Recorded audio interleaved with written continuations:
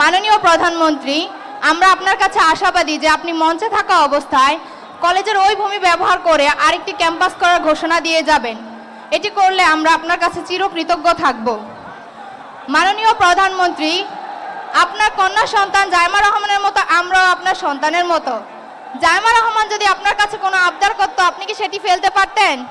তাহলে আপনি আমাদের এই আবদার কিভাবে ফেলে দিবেন? আমাদের আবদার কি আপনি পূরণ করবেন না? করবেন না? অবশ্যই ইনশাল্লাহ করব।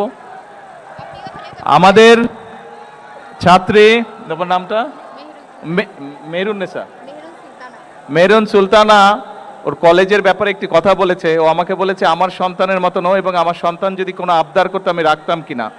আমার সন্তান যদি কোনো আবদার করতো, সেটার যদি বাস্তবতা থাকতো বা বাস্তবতা থাকে, অবশ্যই আমি সেটা রাখবো। ও যেই আবদারটা করেছে, আমাদের শিক্ষামন্ত্রী মিলন, উনি এই চাঁদপুরেরই সন্তান, ওনাকে আমি এখনই নির্দেশনা দিব এটার বিষয়টার কি সম্ভাব্যতা আছে সবকিছু বিবেচনা করে। হ্যাঁ, কি ঠিক আছে? শুনেছেন? শুনেন নাই? আচ্ছা ঠিক আছে, তুমি তোমার কলেজের পক্ষ থেকে একটা দরখাস্ত দাও আমার কাছে। ওখানে যাও, গিয়ে প্রিন্সিপাল স্যারের সাথে কথা বলে একটা দরখাস্ত দাও, তারপরে আমি দেখছি। সরকার থেকে কিছু আইন কানুন আছে, কাজেই আমরা চেষ্টা করব সম্ভাব্যতা যাচাই করে বাস্তবায়ন করতে। ঠিক আছে, ধন্যবাদ।